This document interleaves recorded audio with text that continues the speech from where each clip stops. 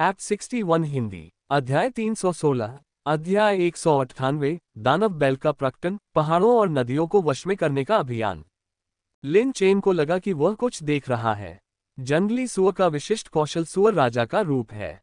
यद्यपि इस कौशल को राजा शब्द दिया गया है, लेकिन इसकी शक्ति हमेशा से मजाक का विषय रही है। जब जियाओबाई ने इस पांचवें कौशल को जागृत किया तो ये नाम में सुअर राजा की उपस्थिति के समान लग रहा था। ऐसा नहीं होना चाहिए। क्या यह नहीं कहा जाता है कि जितना ऊंचा स्तर उतना ही मजबूत कौशल? लिन चेन ने दानव बैल रूप के परिचय को देखते हुए सोचा। अनंत धिक्कार दानव सीन को सक्रिय करने के बाद सीन को नॉन ईदर मिस्टिक चिल की ऊर्जा को आकर्षित करने के लिए एक माध्यम के रूप में उपयोग करें। प्राचीन दानव बैल पैतृक आत्मा के प्रेत को बुलाएं और लक्ष्य पर प्रहार करने के लिए आगे बढ़ें। ये परिचय पढ़कर लिन चेन सचमुच आश्चर्यचकित रह गया। क्या कोई पूर्वापेक्षित कौशल है? पूर्वापेक्षित कौशल का अर्थ है कि आपको अगला कौशल सीखने और उपयोग करने से पहले इस कौशल को सीखना और उपयोग करना होगा। इस तरह के कौशल बीस्ट टैमिंग ट्रेजर मैनुअल में अलिखित नहीं है, लेकिन वे अत्यंत दुर्लभ हैं। इससे पहले लिन चेन ने कुछ हद तक इसका अनुमान लगा लिया था। एक आत्मिक पशु के विकसित होने के बाद उसके साथ कई चीजें बदल जाती हैं, फिर भी ये परिवर्तन विशिष्ट और चरणबद्ध होते हैं। उदाहरण के लिए, जब जियाओबाई एक हल सींग वाले जानवर से कोई आत्मा वाले जानवर के रूप में विकसित हुआ तो विशेष परिवर्तन सींग के उपयोग के विकास में था। इसलिए लिन चेन के लिए यह आश्चर्य की बात नहीं है कि इसका पांचवा कौशल भी सींग से संबंधित है। हालांकि इस दानव बैल रूप की शक्ति का परीक्षण अभी भी किया जाना बाकी था। यदि इसकी परम शक्ति सुअर राजा के स्वरूप के समान होती तो ये काफी हास्यास्पद होता। आजकल जियाओबाई लिन चेन को बहुत अच्छी तरह से समझती है और लिन चेन की अभिव्यक्ति को देखकर नियू को पता था कि यह कौशल बहुत आश्वस्त करने वाला नहीं था। क्योंकि पहले जब लिटिल फॉक्स में कौशल जागृत होता था तो लिन चेन बस उसे छू लेता था और उसकी पुतलियां चौड़ी हो जाती थीं, जो उत्साह का संकेत था। इस बार लिन चेन की आंखें चौड़ी नहीं हुई, लेकिन चिंता की एक अतिरिक्त परत थी। जाहिर है इस कौशल की गुणवत्ता का आकलन करना कठिन था। ज्यादा मत सोचो, तुम्हारी मौजूदा प्रतिभा को देखते हुए ये हुनर इतना बुरा नहीं हो सकता, लिन चेन ने जियाओबाई से कहा। जियाओबाई ने सिर हिलाया। इसके तुरंत बाद लिन चेन उन्हें आंगन में ले आया, जहां बड़ा सफेद भालू एक बड़ा लट्ठा लेकर आया। लिन चेन ने आश्चर्य से पूछा, जियो हे, आपको ये लॉक कहां से मिला?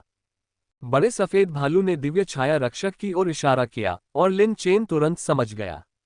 ऐसा लग रहा था कि बड़े सफेद भालू ने दिव्य छाया रक्षक से लकड़ियां कटवाई थीं। हालांकि ये लॉग वास्तव में काफी बड़ा था। लिन चेन ने जियाओबाई को देखा और पूछा, तैयार हो? जियाओबाई ने सिर हिलाया। लिन चेन ने तब इशारा किया और जियाओबाई ने तुरंत बर्बर रक्तरेखा के दूसरे चरण में प्रवेश किया और अनंत धिक्कार दानव हॉर्न को सक्रिय किया। हालांकि अनंत धिक्कार दानव सीन को सक्रिय करने के बाद जियाओबाई एक स्थान पर जम गया, कुछ हद तक ये समझने में असमर्थ कि क्या करना है। क्या हुआ? लिन चेन ने पूछा, तुम्हें नहीं पता कि इसे कैसे निकालना है? जियाओबाई ने अपना सिर हिलाया। लिन चेन को संकेत दिया कि बर्बर रक्तरेखा के दूसरे चरण की पशु शक्ति पर्याप्त नहीं थी और इसे बिल्कुल भी सक्रिय नहीं किया जा सकता था।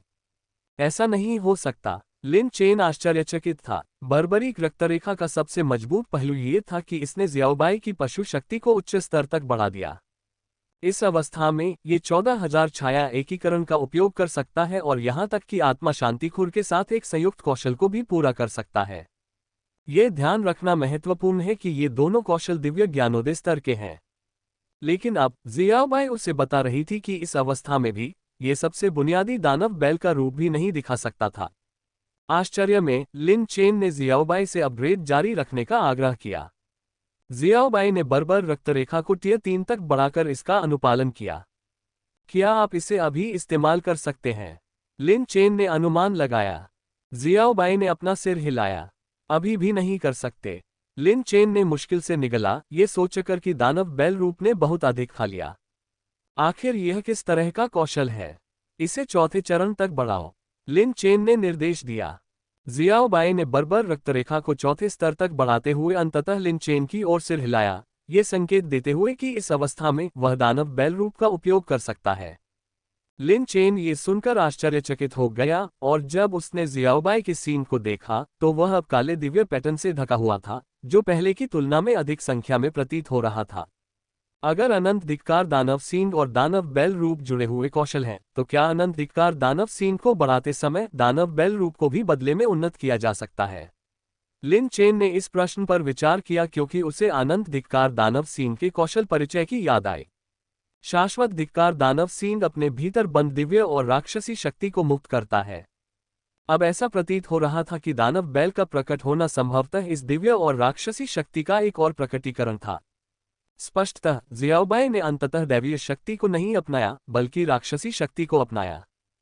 होश में आकर लिन चेन लिटिल फॉक्स और अन्य लोगों को दूर ले गया, फिर अपने नोट्स उठाए और जियाओबाई से कहा, चलो शुरू करते हैं। जियाओबाई ने सबसे बड़ी पशु शक्ति का प्रयोग करते हुए म्याऊं किया। 5वां कौशल, दानव बैल उपस्थिति सक्रिय करें। ... गल्प। लिन चेन ने घबराकर निगल लिया। जियाओबाई उसकी मुख्य लड़ाकू शक्ति थी और निश्चित रूप से उसे उम्मीद थी कि जियाओबाई की शक्ति में काफी सुधार होगा। जैसे ही जियाओबाई ने 5वां कौशल सक्रिय किया, शाश्वत धिक्कार दानव सींग पर काले दिव्य पैटर्न स्पंदित होने लगे, मानो वे अलग होकर उड़ने वाले हों। अगले ही क्षण अचानक परिवर्तन हुआ। एक क्षण में जियाओबाई के सिर पर सींग से 12 झांक की गहरी सियान प्रकाश की धारा फूट पड़ी, जो बहुत ऊपर नहीं गई, और काले दिव्य पैटर्न वास्तव में फट गए, घूमते हुए और मध्य हवा में परिवर्तित हो गए। ये घटना देखकर लिन चेन की पुतलियां चौड़ी हो गईं और उसके तुरंत बाद खुशी का एक संकेत दिखाई दिया। यद्यपि शक्ति अभी तक दिखाई नहीं दे रही थी, फिर भी उसे देखना ही अत्यंत भयानक लग रहा था। ये दृश्य देखकर छोटी लोमड़ी, जो दिल से डरी हुई थी, सुरक्षा की मांग करते हुए बड़े सफेद भालू के कंधे पर कूद पड़ी। जियो हेई ने धीरे से उसके सिर पर थपथपाया, उसकी निगाह भी जियोबाई के परिवर्तन पर टिकी हुई थी। एक बार जब काले दिव्य पैटर्न पूरी तरह से एकजुट हो गए, तो वे जियाओबाई के ऊपर एक शून्य प्रक्षेपण में एकत्रित हो गए, जो आकार में लगभग 2 गुना था। राक्षस बैल का आविर्भाव, पहाड़ों और नदियों को वश में करने का अभियान। भाग 2। लिन चेन ने अपनी निगाहें स्थिर कर लीं और उसकी पुतलियां सदमे से लगभग फट गईं। उसने हमेशा टेलीविजन पर राक्षसों को देखा था, लेकिन अब पहली बार उसका सामना असली राक्षस से हो रहा था।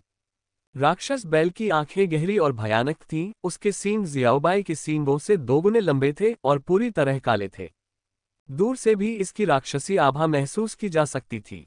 जब दानव बैल प्रकट हुआ, तो लिन चेन ने जंजीरों को खींचने और गाय के रंभाने की आवाज सुनी, फिर उसने और करीब से देखा। राक्षस बैल की छाया 10 जंजीरों से ढकी हुई थी, उसकी आंखें जलते हुए रक्त चंद्रमा की तरह थीं। ये देखकर कि वह क्षण आ गया है, जियाओबाई जोर से चिल्लाए।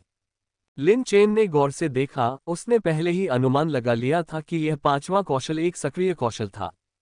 जियाओबाई की दहाड़ के साथ उसके सिर के ऊपर जंजीरों से बंधा प्राचीन दानव बैल पूर्वज आत्मा आकाश में दहाड़ा, फिर 2 सबसे छोटी जंजीरों को तोड़ दिया और गोता लगाने की गति की। उस समय राक्षस बैल की उपस्थिति पूरे दृश्य पर हावी हो गई।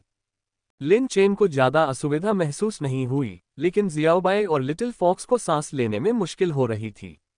जैसे ही जंजीरें टूटी, उसने अपना विशाल सिर उठाया और बिजली की गड़गड़ाहट जैसी गर्जना की, मानो वह अपनी स्वतंत्रता की घोषणा कर रही हो। तभी प्राचीन दानव बैल ने अपना सिर नीचे कर लिया, आक्रमण करने के लिए तैयार हो गया। उसका विशाल शरीर काले उल्का की तरह अत्यधिक वेग के साथ आगे की ओर बढ़ रहा था। जहां भी यह गुजरा, जमीन विशाल खायों में फट गई, आसपास की रेत और पत्थर टूटकर हवा में उड़ गए। अंततः वह जोर से आगे की ओर गिरा और एक विनाशकारी शक्ति तुरंत फूट पड़ी, जिसने सामने स्थित विशाल लकड़ी के खंभे को टुकड़े टुकड़े कर दिया। विस्फोट के बाद दानव बैल की आकृति गायब हो गई, जिससे दुनिया में सन्नाटा छा गया। केवल जमीन पर विनाश के निशान ही साबित कर रहे थे कि वह वहां था। इससे लिन चेन को एक विशेष वाक्यांश याद आ गया, एक ऐसा आक्रमण जो नदियों और पहाड़ों पर विजय प्राप्त करता है। ... गल्प। लिन चेन ने मुश्किल से निगला। छोटी लोमड़ी ने अपनी लार निगल ली, जबकि बड़ा सफेद भालू केवल लार टपकाता रहा।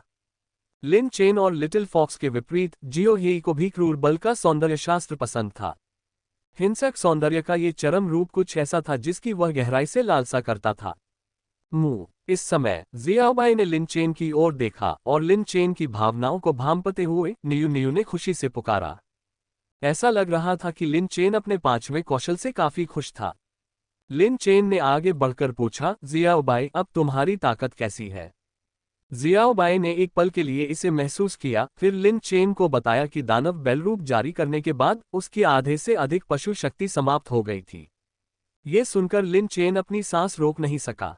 टियर 4 की बर्बर रक्तरेखा सिर्फ दानव बैल उपस्थिति के लिए प्रवेश टिकट थी।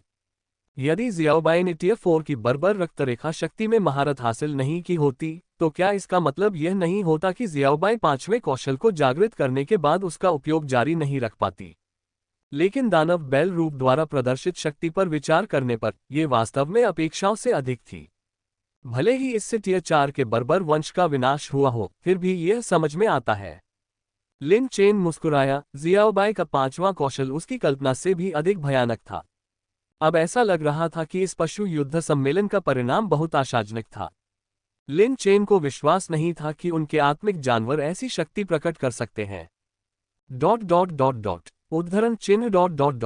दानव बैल उपस्थिति, उच्च खपत, उच्च शक्ति। लिन चेन ने जियाओबाई की विकास प्रक्रिया को याद करते हुए त्वरित नोट्स लेना शुरू कर दिया। ध्यान से सोचने पर जियाओबाई के विकास में सुराग मिले। जियाओबाई के महत्वपूर्ण उत्परिवर्तन का पता आत्मा को शांत करने वाले खुर से लगाया जा सकता है।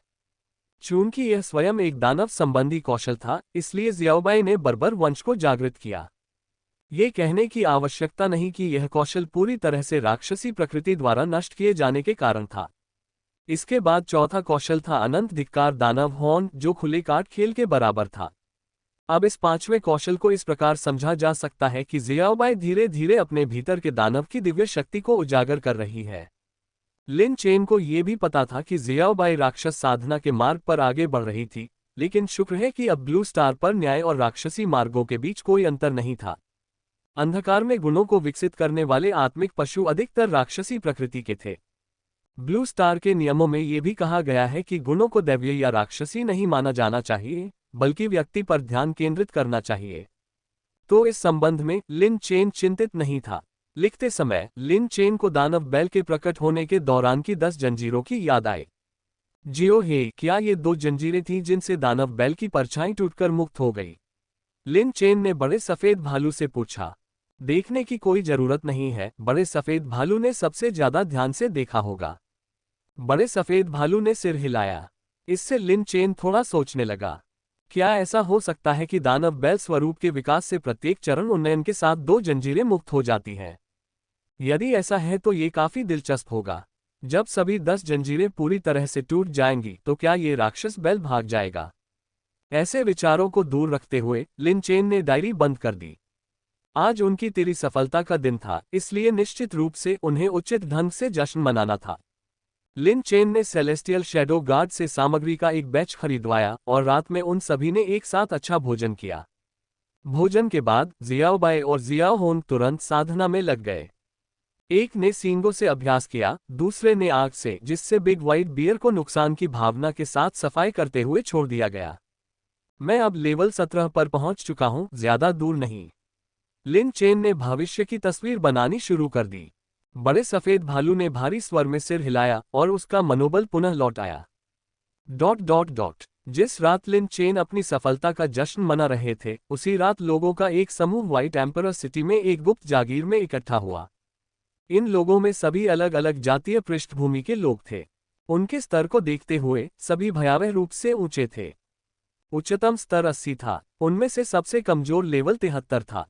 टायलर सहित कुल 9 लोग थे, लेकिन टायलर अभी लेवल 60 पर था। स्पष्टतः वह इस ऑपरेशन में भाग नहीं ले रहा था। उद्धरण चिन्ह। आपके नेता को आपको इस ऑपरेशन के लक्ष्य के बारे में सूचित करना चाहिए था, टायलर बोला। घटनास्थल पर मौजूद 8 लोगों ने तुरंत अपनी नजरें केंद्रित कर ली। वे बेशक जानते थे उनका लक्ष्य कैंगलिंग प्राचीन देश के राष्ट्रीय उपदेशक पर हमला करना था। कैंगलिंग प्राचीन देश के भीतर उनके राष्ट्रीय गुरु पर हमला करना लगभग एक आत्मघाती मिशन था। इन 8 में से कुछ को प्रतिनिधि सभा के हितों के आधार पर लुभाया गया, लेकिन इससे भी अधिक को मजबूर किया गया। यूनान साम्राज्य का परिचित तरीका जबरदस्ती था। सर्वोच्च रैंकिंग वाले लेवल 80 बीस्टमास्टर को आने के लिए मजबूर किया गया, अन्यथा वो यहां नहीं होता। निश्चिंत रहो, मैंने तुम्हारे भागने का रास्ता तय कर दिया है, टायलर ने कहा। तुम्हें बस अपने आत्मिक जानवरों का इस्तेमाल झोंग नान पर हमला करने के लिए करना है, उसे मारने के लिए नहीं।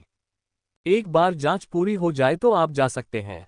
लेकिन टायलर के शिष्यों ने कहा, मैं तुम्हें पहले ही चेतावनी दे दूं, यदि दुर्भाग्यवश तुम पकड़े गए तो तुम्हारे प्रायोजक हिडन कल्टीवेशन एसोसिएशन होंगे।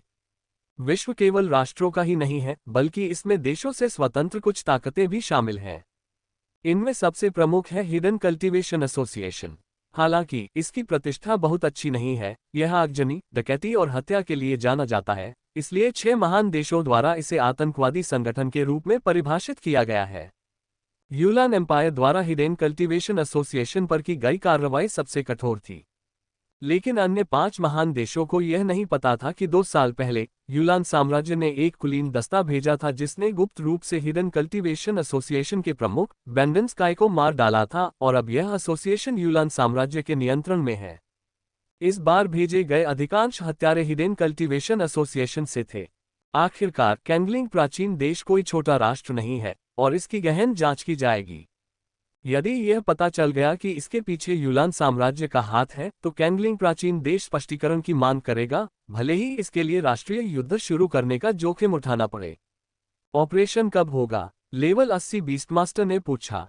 अभी मुझे नहीं पता, अभी यहीं रहो और बाहर मत जाओ, इस बात को याद रखो। ये कहकर टाइलर चला गया। वह वास्तव में नहीं जानता था कि कब कार्रवाई करनी है, ये सब गोवन से मिलने वाली जानकारी पर निर्भर था। ... पलक झपकते ही 7 दिन बीत गए।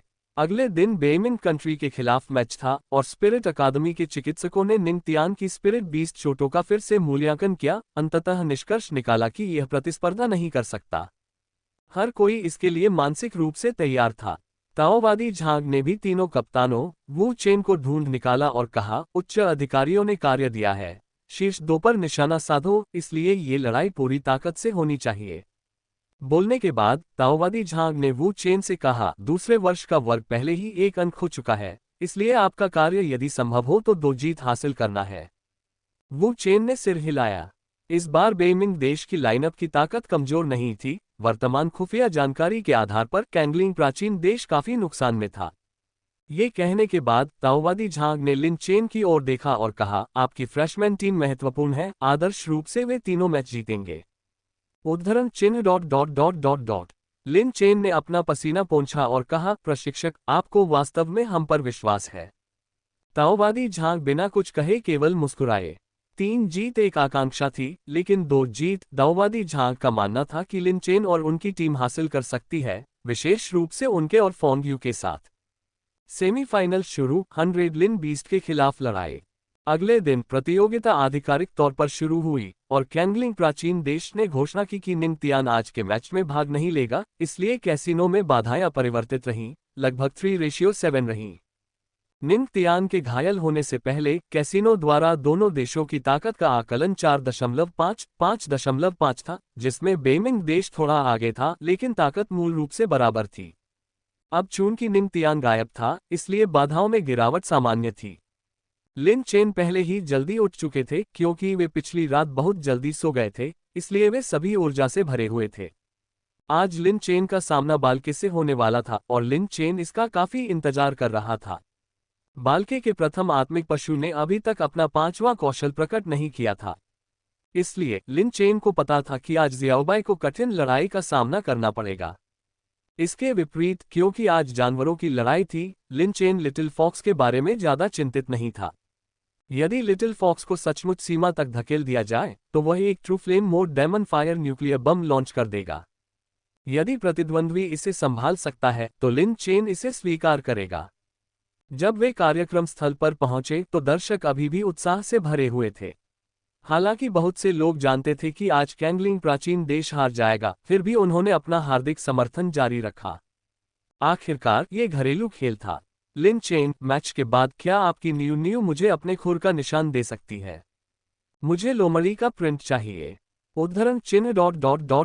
उद्धरण चिन्ह। लिन चेन को पसीना आ रहा था।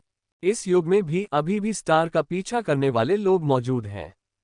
वह धीरे धीरे खिलाड़ियों के विश्राम क्षेत्र में चले गए, जहां फेंगयू और झांग सुकिंग पहले ही आ चुके थे, और उन्होंने लिन चेन को बताया कि तीसरे वर्ष की प्रतियोगिता पहले ही शुरू हो चुकी है। लिन चेन चुपचाप वहां बैठकर इंतजार कर रहा था। यदि तीसरे वर्ष और दूसरे वर्ष की दोनों टीमें अपने सभी मैच हार गईं, तो लड़ाई जारी रखने की कोई आवश्यकता नहीं थी। बीस्ट फाइटिंग कॉन्फ्रेंस के नियमों का सार ये था कि यह एक टीम प्रतियोगिता थी जो न केवल व्यक्तियों का प्रतिनिधित्व करती थी बल्कि एक टीम एक देश का प्रतिनिधित्व करती थी और यह वीरता के बारे में नहीं थी।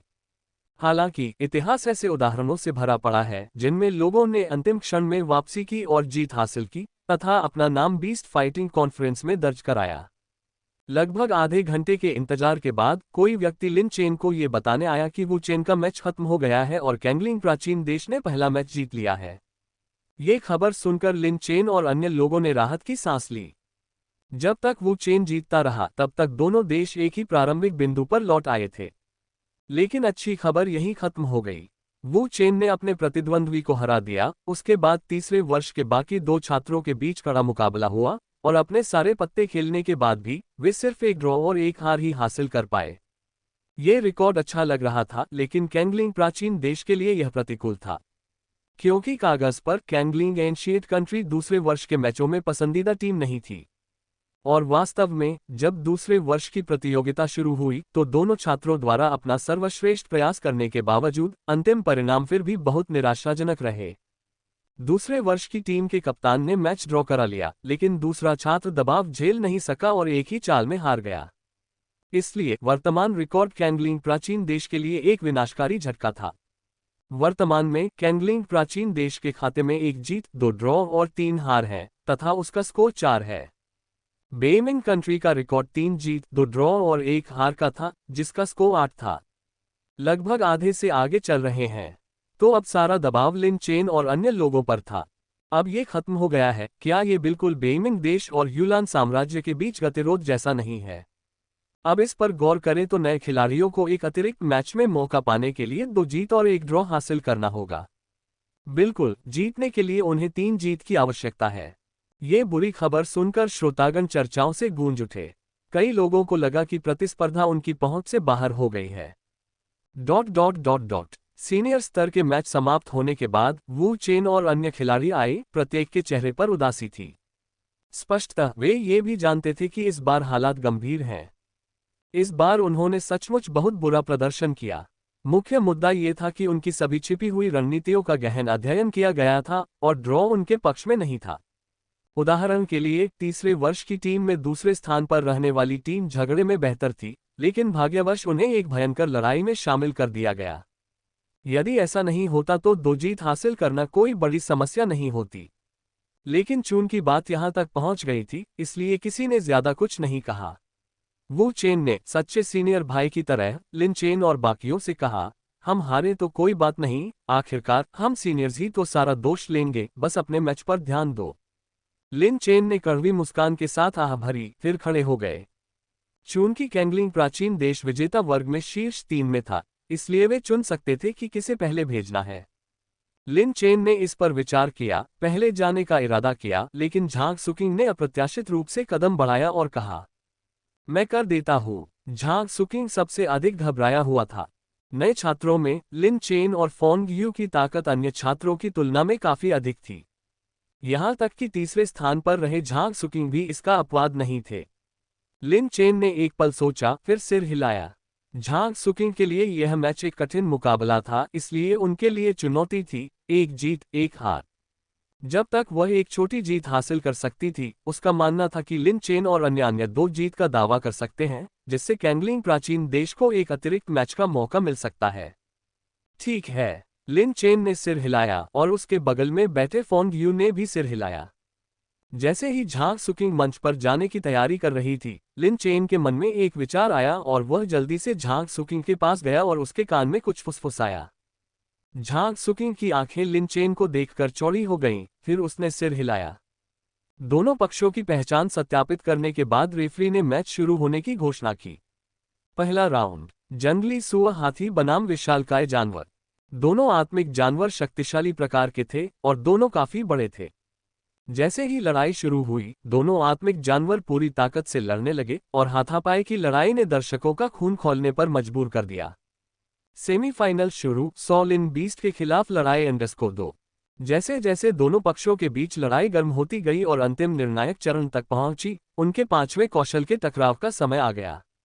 जंगली सुअर हाथी सबसे पहले हरकत में आया। उसने अपना पांचवां कौशल उग्र दांत पृथ्वी विभाजन दिखाया, अपने दांतों को जमीन में दबा दिया जिससे पृथ्वी के स्पाइक्स का एक विशाल विस्फोट हुआ। विशालकाय जानवर ने दहाड़कर जवाब देने की कोशिश की और फिर अपने कौशल स्वर्ग समर्थक पृथ्वी हिलाने को सक्रिय किया। ये कुछ समय के लिए एक पर्वतीय भ्रम आत्मा में परिवर्तित हो गया तथा आक्रमण के तरीके के रूप में अपनी भुजाओं को जमीन में दबाकर संपूर्ण भूपरपटी को ऊपर उठा लिया। हालांकि अजीब बात यह थी कि जंगली सुआ हाथी के कौशल के कारण जमीन का एक बड़ा हिस्सा फट गया, जिसके परिणामस्वरूप विशालकाय जानवर के कौशल में पृथ्वी की शक्ति कम हो गई, जिससे उसका प्रभाव काफी कम हो गया।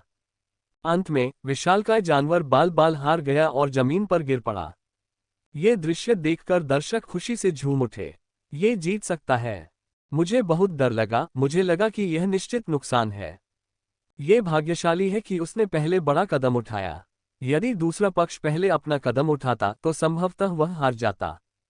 हाँ, गुणवत्ता में अभी भी अंतर है। जब दर्शक चर्चाओं से गुलजार थे, झांग सुकिंग ने लिन चेन की ओर देखा, वह काफी आश्चर्यचकित थे। विरोधी आत्मा जानवर का पांचवां कौशल दस्तावेज में दर्ज नहीं था, तो लिन चेन इसकी भविष्यवाणी कैसे कर सकता था? इससे पहले लिन चेन ने उससे बताया था कि यह प्रतिद्वंद्वी का कौशल हो सकता है, जिसके कारण झांग सुकिंग ने पहले हमला किया।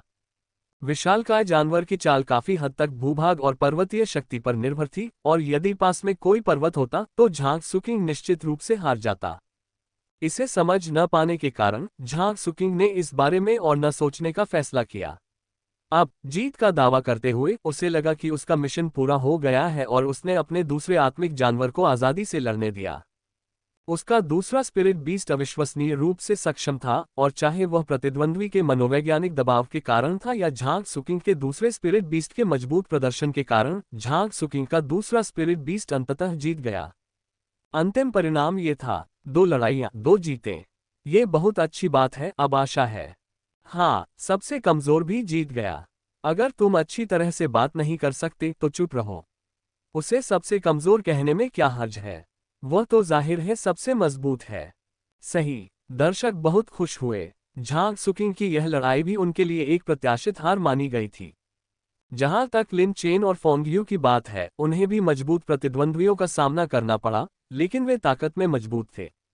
रेफरी की घोषणा के बाद झांग सुकिंग अपनी जिज्ञासा को दबाते हुए विश्राम क्षेत्र में लौट आई और तुरंत बोली, मेरा काम पूरा हो गया है। अब यह आप पर निर्भर है। लिन चेन और फोंगयू ने एक दूसरे को देखा और अंत में फोंगयू ने कहा, आप पहले जाइए। लिन चेन ने सिर हिलाया। शेष 2 मैचों में उनका मुकाबला जानवरों जैसा था, जबकि फेंगयू का मुकाबला मिश्रित था।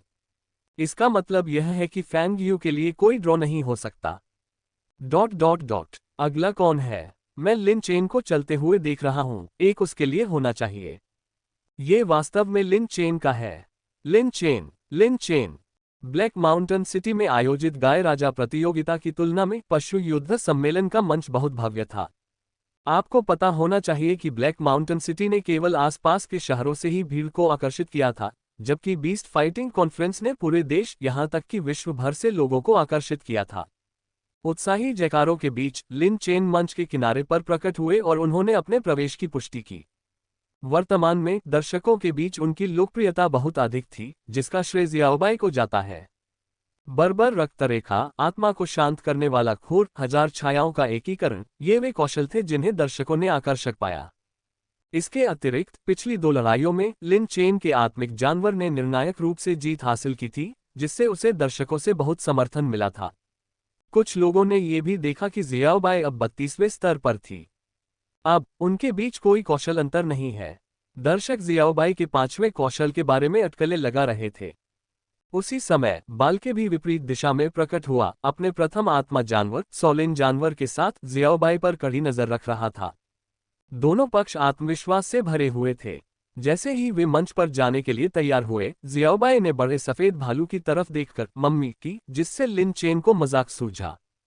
जियाओबाई का कहना था कि इससे बिग व्हाइट बेयर को पानी का परीक्षण करने और ये देखने में मदद मिलेगी कि कानून विकास के बाद ताकत कैसी थी। बड़े सफेद भालू ने गंभीरता से सिर हिलाया। इससे पहले वह दूर से दर्शकों की सीटों पर बैठकर देख रहा था, लेकिन उसे स्पष्ट रूप से दिखाई नहीं दे रहा था। अब बारीकी से देखने पर बिग व्हाइट बियर प्रतिद्वंद्वी की क्षमताओं को अधिक प्रत्यक्ष रूप से भांप सकता था। जैसे ही जियाओबाई मंच पर जाने के लिए तैयार हुई, लिन चेन ने भी संदेश देने के लिए मन से संवाद का उपयोग किया। यदि यह वास्तव में असंभव लगता है तो दानव बैल उपस्थिति का उपयोग करें। मुंह। जियाओबाई ने सिर हिलाकर मुंह कहा। इसके बाद रेफरी ने स्थिति की पुष्टि करने के लिए आगे आकर दर्शकों से घोषणा की। Beast fighting conference semifinal match 8 पहला सब मैच। लिन चेन बनाम बाल्के प्लोहॉन बीस्ट बनाम 100 लिन बीस्ट। शुरू करना। जैसे ही घोषणा समाप्त हुई, श्रोतागण उन्माद में डूब गए। इस पशु युद्ध सम्मेलन में नश्वर पशु वंश वाले बहुत कम आत्मिक पशु थे। अधिकांश आत्मिक जानवर पवित्र जानवर थे, जिनमें से केवल कुछ ही उन्नत आत्मिक परिवर्तन स्तर के थे। उनमें से एक थी जियाओबाई। जहां तक 100 लिन बीस्ट की बात है तो इसके लॉ इवोल्यूशन के कारण इसकी गुणवत्ता रेटिंग सबसे आदिम स्तर पर रही। बिग व्हाइट बियर के विकसित होने के बाद भी स्थिति वैसी ही रहेगी। ... उसी समय मंच पर रेफरी के बोलते ही दोनों आत्मिक जानवरों ने तुरंत अपने विकसित रूप धारण कर लिए। जियाओबाई ने कोई आत्मिक जानवर में रूपांतरित होकर चालाकी से अपनी पहली चाल के रूप में आत्मा को शांत करने वाले खुर का इस्तेमाल किया। एक शॉकवेव जमीन पर लुढ़कती हुई 100 लिन बीस्ट की ओर बढ़ी। इस समय 100 लिन बीस्ट अपना विकासवादी रूप पूरा कर रहा था। उसका शरीर अजीब सी रोशनी से टिमटिमाने लगा था। मांसपेशियों की रेखाएं धीरे धीरे धुंधली हो गईं, त्वचा का हर इंच ऊर्जा का एक माध्यम बन गया और रोशनी एक चमकदार चमक में बदल गई जिसने उसे एक दीप्तिमान आभा में ढंक लिया। सेमीफाइनल की शुरुआत 100 लिन बीस्ट के विरुद्ध युद्ध भाग 3। उसका पूरा शरीर धीरे धीरे पारदर्शी हो गया, मानो शुद्ध ऊर्जा से आच्छादित हो। ये दृश्य देखकर लिन चेन और बिग व्हाइट बियर की आंखें चमक उठीं। यद्यपि उन्होंने इसे एक बार पहले भी देखा था, लेकिन वे इस बात से इनकार नहीं कर सकते थे कि विकास के बाद का रूप अविश्वसनीय रूप से प्रभावशाली था। पलक झपकते ही जैसे ही 100 लिन बीस्ट ने अपना विकास पूरा किया, आत्मा को शांत करने वाला खुर वहां आ गया। भले ही जियाओबाई इस चाल के साथ केवल पानी का परीक्षण कर रहा था, अगर 100 लिन बीस्ट ने अच्छी प्रतिक्रिया नहीं दी तो जियाओबाई पीछे नहीं हटेगा।